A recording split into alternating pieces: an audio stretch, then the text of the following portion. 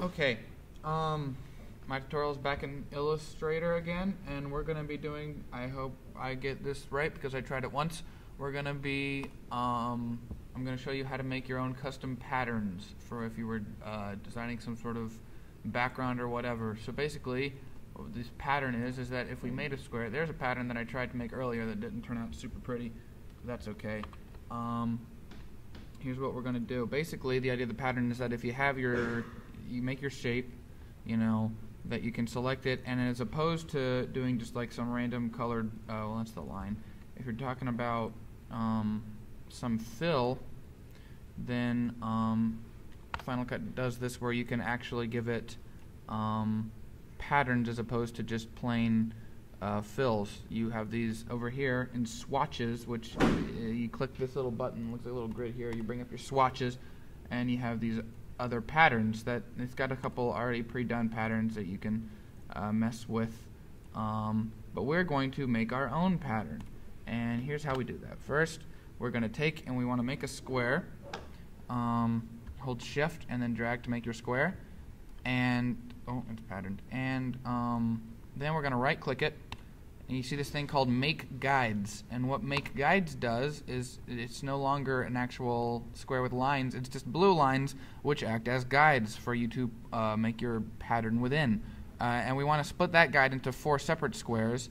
So what we're going to do, well, first we're going to go ahead and make our pattern, and I'm going to do something really loose and not super complicated just for the sake of doing this. So we've got these 3 circles, and that is our pattern, is these 3 circles. So what we're going to do is we're going to select these 3, and then when they're all selected, well, not that, when these are all selected, you can right click them and then say group, and what group does is makes it so you don't have to keep individually clicking them all. They're all in a group now. So we're going to take that and we're going to shrink it down, and now we want to move this out of the way for a minute and split our guides up into fourths. And so what you do there, go up to View, make sure that Smart Guides is turned on, Command U. What that does is when you're adding to your square, it'll show you things like where the center is or where the middle part is and what will intersect, and it helps you so when you're trying to precisely do stuff. So we're going to split our main guide square up into 4 smaller squares. Ooh, boop, bop, beep, beep. And once we have done that, we are going to select all of them, and we are going to turn them into guides if we can make it work, which hopefully we can. Oh gosh, yeah. So, and then we need to click this one. No, this one. Okay, I don't know what's happening. Oh my gosh. Alright, pretend that worked. And then we're going to put our thing here, and then we're going to copy it, paste it. We're going to move it up here, right click it, transform, reflect. We want to reflect it, no, actually it's switched in Illustrator.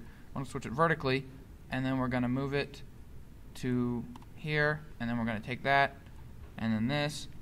No, we're going to take that, and we're going to take this, and we're going to group it. And then we're going to take this, and then we are going to copy that too, and we are going to transform it. We're going to hit reflect, we're going to go horizontal, and go OK. It's going to flip it upside down, and then we put it like that, boop up, and now we have ourselves a little pattern thing like this. What we can do then is we can take it all, and we can go edit, and then, oh gosh, no, object, and then rasterize. And then once it is rasterized, we want a transparent background. Okay, rasterized.